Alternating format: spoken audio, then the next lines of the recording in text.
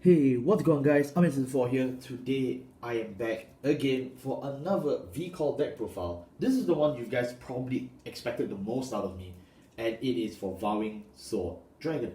Now, I just need to get this out of the way before I continue. There is a link in the description below to my previous Draconic Descendant deck profile for VBT12.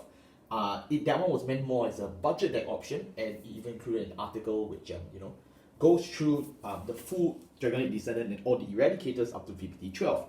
Now, in this case, I'm still going to go through everything that I need for this deck profile, but if you still want to learn more about Vowing Sword, you can check out the link in the description below. I've written an article for X Vanguard once again to talk more about Vowing Sword Dragon. So you can check that out below, as well as, of course, my previous Draconic Descendant work. It's all there. So if you feel you want to learn more about this deck, or you generally just not an audio learner, then you can just check it out in the description below, because it's a quick read. I spent a lot of time writing and testing on it, so I really hope you guys enjoy. So let's actually start. Vowing Sword Dragon, it's from V-Call, not much else to say. This deck really took Eradicators in a very different direction, because up till then, the only things that they kind of knew was just closing games with Gauntlet Buster, but now we have a new route, and that is using Vowing for Peace Control, which is a very interesting design. So let's actually cover it now. Our grade 3s, we obviously and quite predictably play 4 copies of Vowing Sword Dragon and 4 copies of my best friend Draconic Descendant. It's extremely straightforward, honestly. This is the easiest part of the deck. I don't really need to explain it. Descendant, there are a lot of intricacies when talking about it, so I won't go too in depth. But he has 3 skills. His first skill is, when placed, or when he's going to be placed, he can inherit all the skills of the past Eradicator before you as if it was placed, and keeps all effects until end of turn. Basically, this means that I get to take the entire skill box of the past Eradicator and copy it onto Draconic Descendant, including on-place effects. So why does that matter? Because we do have some on-place effects like Cho-O, we have stuff like, Suhail, we have other stuff too. I mean, technically you can it only gets the skill of the very last Eradicator before it, so you can't start stealing effects from stuff like, Demolition or your Nozuku if you wrote them on turn 1. No, you don't get that, but you do get the past Eradicator that's come before. Of course, this also included Gauntlet Buster if you were alive back in the VBT12 era. But back to this. So that's his first skill, and his most useful skill. His second skill is very simple. B or R. Alright? You Soul Blast 1, choose one of your opponent's rear guards and bind it. Your opponent chooses one of their back row rear guards and move it up to the front. So it's very simple spot control. And it's the most out of flavor for Descendant, because we've never had Descendant having a quick and easy spot control skill.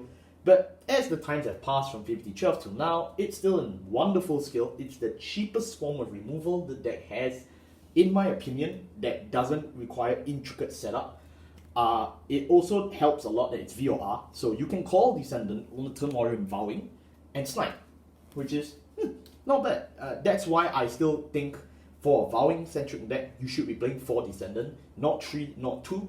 I understand people are like, oh, Descendant's only a turn, 4 card, why bother? Because it has a beautiful R skill, and it can't be ignored that you want R skills, and it's an X skill, so you can keep it around turn 3, you keep it around turn 4, you still get that passive, that activatable, is that a word?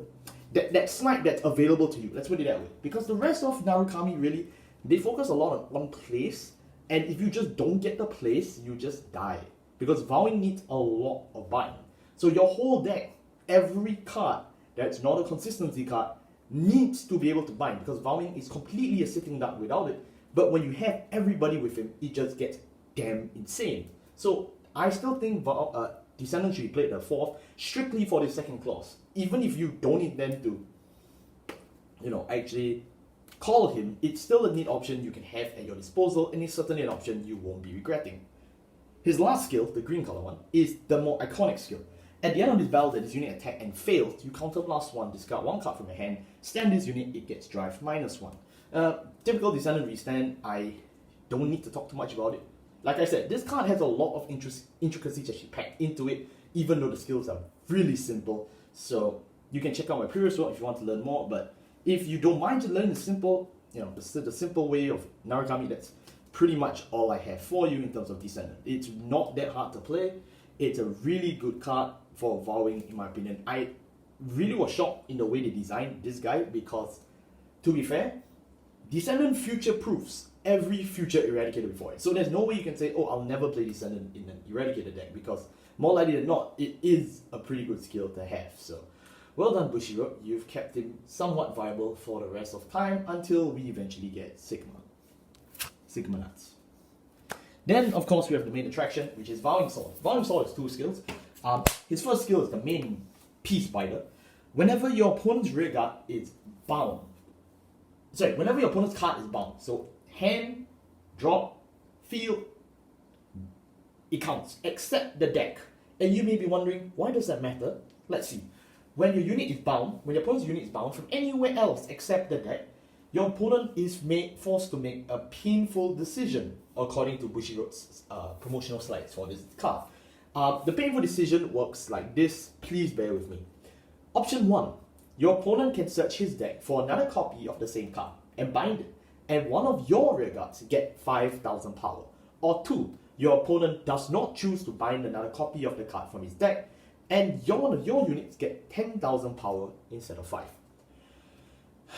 It's a lot to think about and a lot to break down, and it's really a lot to do for one skill. It's very different than, like I said, Gauntlet, because Vowing focuses nothing in terms of kill pressure. His kill pressure is absolutely 0. He just gives you a bunch of free numbers if you get to use it, and that's it. Like I said, there is no kill pressure on this card. There is no actual way to win in terms of the traditional sense, but Vowing gives you very sharp piece control that if your opponent is not good enough or just doesn't know how his deck works, the decisions he makes can cost him, and that's exactly what Vowing Sword is meant to do. Vowing, like I said, has a few weaknesses besides the fact that he, has no actual kill pressure. He actually thins the deck for the opponent, so you can be outsacked by your opponent if you actually do this wrongly. But then again, that's not really up to you because it's your opponent's choice. So really, Vowing is more of a test of your opponent to see how good are you really? How good do you know your stuff? And of course, you need to set up the best possible conditions to make this skill work, because when it works really well. So I still won't deny that the free power and the free piece removal is still great. I mean, if you snipe something like Blaster Blade Seeker, I mean, that instantly puts your opponent high alert. Like, do I bind it? Do I not? How many copies do I have left in circulation? Can I afford such a skill? For cards like Blaster Blade Seeker, I would say they would choose no, then you get 10k.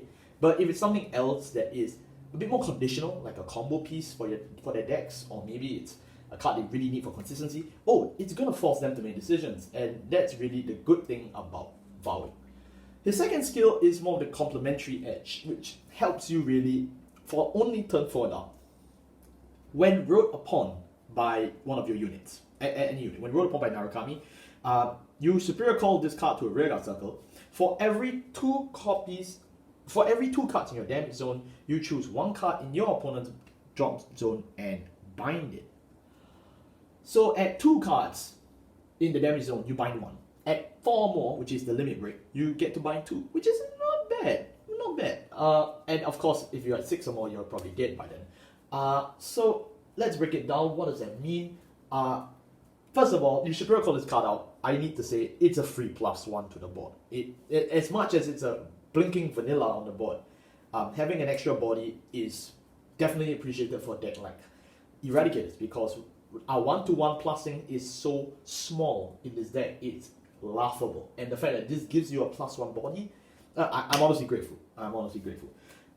Like I said, the rest of the skill depends on the number of damage you have taken. By turn 4, if your opponent is not playing a start deck, you should be at 4 damage, because there is theoretically no way you can, actually go through the whole game and stay at turn 4 at only 2 damage, unless you've been guarding every blinking attack. And if you have, then I need to ask you why, because how do you put up an offense if your whole, if everything you have is used for defense, how do you guard, But, I mean, 2 to 4 is still not that bad. Sometimes you're at 3 damage and then you only get 1 ping, which is still fine in my opinion. Generally speaking, you will get at least 1 card from the drop zone. And, I should mention this now, if you use this combo, which is the Bushiroad advertised combo, and a very traditional combo of Descendant, which is placing Descendant on top of Vowing, you get both his skills, right? So what happens is, this is probably something I should explain. So if I can put this on top of him, I can choose to resolve Descendant first to copy both skills of Vowing. Now, the thing is that, technically speaking, the second skill won't matter for being copied, because even if you do a Descendant or call a Descendant next turn, you don't get to drag this skill out, because it's only keeping the skills until end of turn, so this is an interaction you can forget. But an interaction you can choose not to forget is this one. So you can copy the first skill up to Descendant, then resolve Vowing's second skill to superior call him out. It's pretty nice, isn't it? They're standing side by side. Now you use Vowing Sword skill, just an on place, right? You get to bind 1 to 2 cards from the drop zone. When they bind 1 to 2 cards from the drop zone, you can now trigger Vowing's first skill that is being kept on Descendant, which means now you can force them to make the painful decision again and have plenty of free stats, because this is just from an on ride. You got 2 snipes down. Now you have the rest of the deck. You have Descendant's second skill. It's going to get a lot worse for your opponent if they're not playing more Mirage tactics where they try and get rid of their stuff. And that's the one thing I like about Vowing Sword, because Vowing Sword is targeting the drop. You technically can't get your whole drop to disappear, which is why stuff like Demolition is very valuable in this deck, because while buying from drop is very, very minimal in V, I have to put it there, V, not premium, V, the few cards that can, which is just technically these two, are very, very lethal. So make sure you capitalize on these buying from drop skills, because that's all Narukami will ever get to returning to Thunderstrike. But there you have it. You now have a turn for Restanding Vanguard, a free rearguard that was absolutely just pulled out in Alfred early style, and now you have tons of free numbers just going to be loaded up onto your board. That's the most complex play that this deck has. The rest is super simple, so I don't have to explain that much anymore. Hell, I could end the video right here and just tell you to read the articles, but no, I'm going to continue. But that is just something I have to put up now. This is generally how you do play Vowing Sword Dragon in a Vowing Sword focused deck. So, great, I have this part settled. We move on to our grade 2s, which is a bit more easier. We obviously need to play 4 copies of Cho-Oh. Cho-Oh has been reprinted, banned, reprinted. So honestly, I'm glad that Cho-Oh got reprinted once more. I'll explain more why. Obviously, we play 4 copies of Spark Rain, and we play 3 copies of Suhail. So that's our grade 2 lineup. Let's start with the simplistic one, Suhail. Suhail is a new Eradicator. So if you're actually new to V, as in you're returning from the OG era, Suhail is probably the one name you've never heard of. He has a very simplistic skill, or actually 2 skills. If he's on an XL circle, he gets 5k power. So let's say you're on XL2, right? He's on XL2, he gets 5k from the XL2, he gets another 5 from his own skill, he's 19k. That's not bad. It's not bad at all. Second skill is, when placed on the Vanguard circle or the Rearguard circle, if your Vanguard is an Eradicator, drop and draw. So you discard 1 card, you draw 1 card. Then you choose one of your opponent's Rearguards in the front row and bind it. So it's a nice filter, I guess. I mean, technically speaking, it's free. It's about the same freeness as Descendant Snipe, but Descendant Snipe still holds that little bit more extra value of the fact that it's not an on-place. It's something you can use as long as you have him. But Suhail's not bad, it's an on-place snipe. He's a 19k beater, because you're never calling this to one of the non-XL circles. He's specifically meant for the XL circle. So, I mean, yeah, he's very simplistic, he's very good. I'm surprised this guy wasn't reprinted, but I mean, Bushiroad makes their decisions. So, I think that if you are playing Eradicators for the first time in V, this is a card you do want to pick up. So do go back to VBT 12, get your Descendants, and get your Suhails. We play 3 because, like I said, you only use him for XL circle. Let's cover the returning Cho-Oh. Cho-Oh has 2 skills. His first skill is, when placed on VOR, count last 1, choose one of your opponent's columns, bind the unit in the front row circle of that column, then choose the back row unit and you can drag it to the front. This bypasses resist because you choose the column and not the unit. So any form of funky for Sark players in Premium, you're getting your ass whipped by this 2019 card. It's honestly one of the best and saving graces of Narukami in my opinion, because Cho-Oh can and possibly should be played in every Narukami deck except Vermilion. Yeah, he's just that good, you know. He's playable in Vanquisher. That spot removal is really good to bypass resist, and it just gets better. His second skill is when your Vanguard attacks, if your opponent's front row has no unit, counterblast 1, stand this unit, hard once per turn. Not hard once per turn, sorry, soft once per turn. But yeah, it's soft once per turn. So not only can he multi-attack, he can instantly start sniping, you know, front row slots of your opponent and bypass resist. Is there anything this card can't do? Yes, and that is gaining power. Cho-Oh is an absolute vanilla stacked monster at just 9k, which is why he works beautifully with Vowing Sword, because Vowing Sword takes no cost whatsoever and just gives you free stats but can't bind. Cho-Oh gives you the bind, he has no stats whatsoever, and he eats a hell of a lot of resources to actually get it to work. Technically speaking, on place it's a CB1, and every time you use that restand, it's another CB you have to pay. So technically speaking, this is where most of your counterblast is going to. It's Cho-Oh, but it's for a good cause. Cho-Oh and Vowing is a match made in heaven, so I'm glad he's been reprinted. He's also playable in Vanquisher, heavily playable in fact, so if you actually couldn't pick up your Cho-Ohs before, I would recommend getting them now, because they're being reprinted at absolutely dirt cheap prices. Speaking of cards that can be played in Vanquisher, we move to the next one, Lord Zhao's favourite, Spark Rain Dragon. Spark Rain has two effects. VOR, this unit gains 1000 power for every card in the bind zone.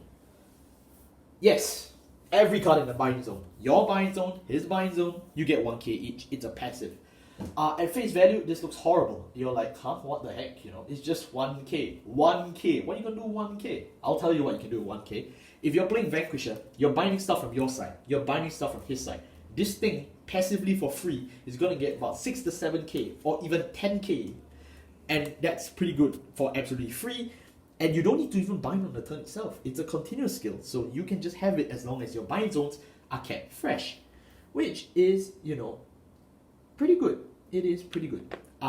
Its second skill is, at the end of the bell, this unit attacks, counterblast 1, bind this unit and the front row unit in front of this unit from your opponent's side, then choose back row units of that column and drag it to the front. Yeah, this skill is very confusing. A lot of people have gotten this wrong in translation, so I need to clear it up. Basically, what happens is, let's say you're playing a mirror match, and for some reason, there is another front row rear guard of your opponent. Let's say I'm gonna be a very bad person, and there's a Cho in the back, okay?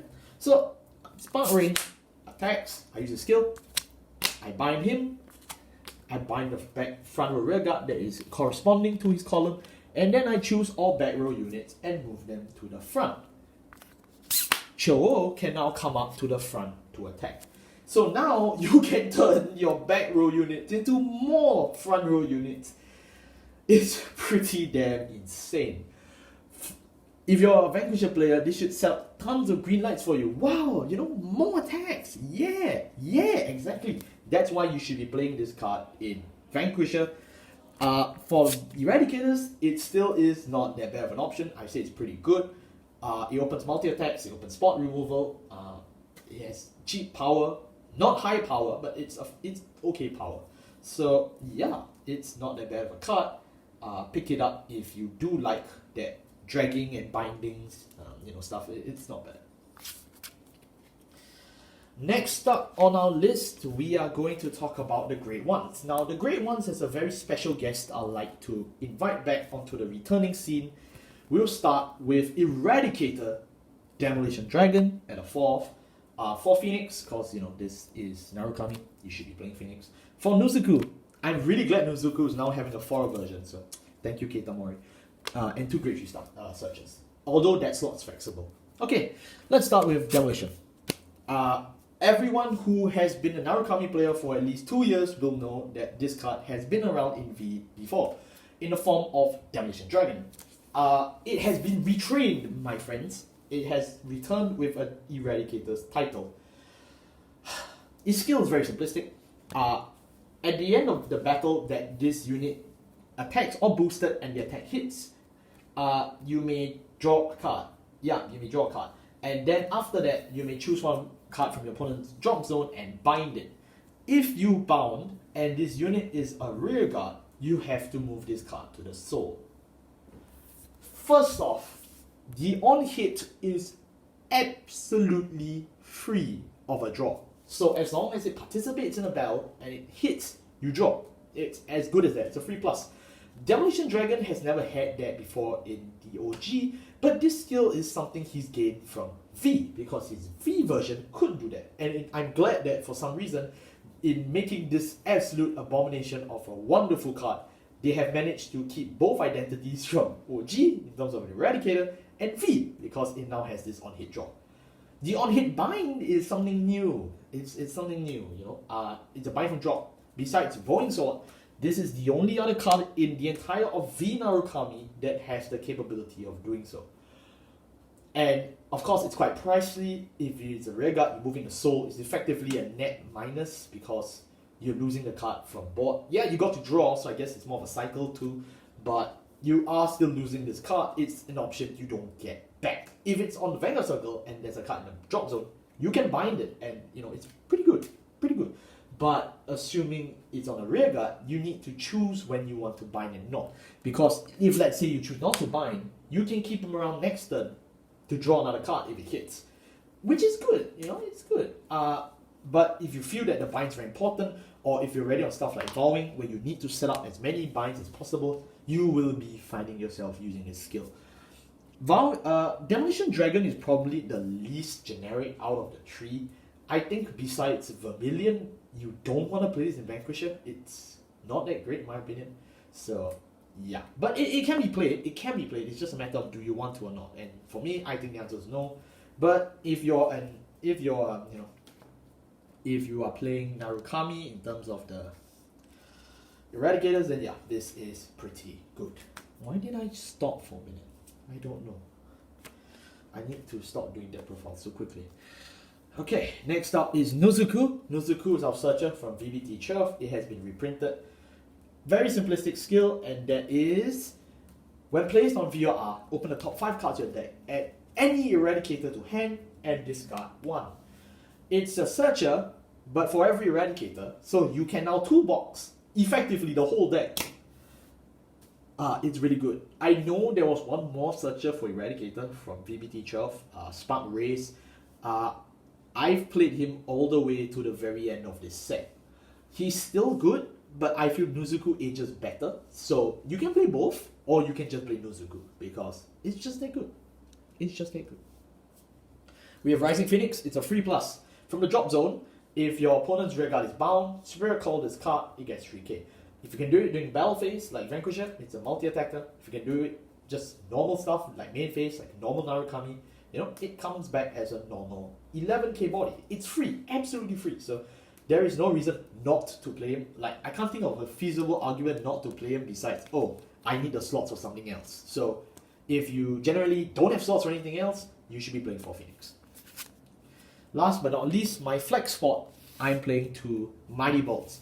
Mighty Bolt is your traditional grade 3 searcher, and as you can see, I have purchased the original VBT 12 version. I'm not sure if it can be shown here. Yep, the original VBT 12 version. I am not buying the reprint because I don't need it.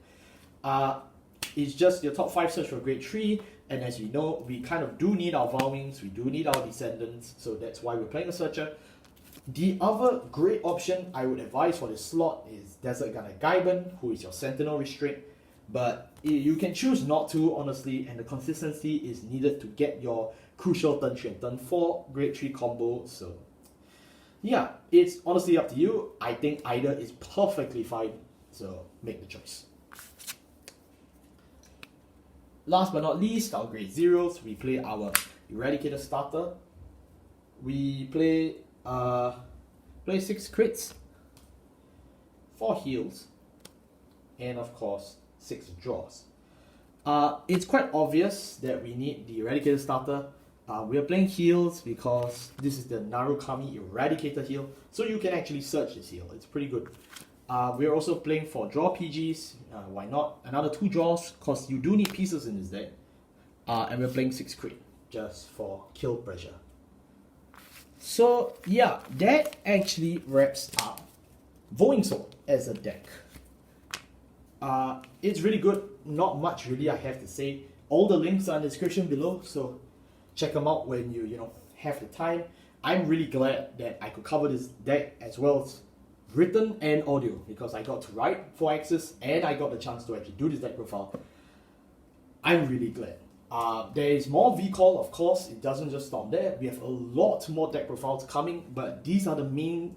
Besides Prominence Call, I uploaded the other day on pre-release, and Vowing, who I'm releasing on release day. That's pretty much all the main decks that I personally wanted to cover in terms of my priorities.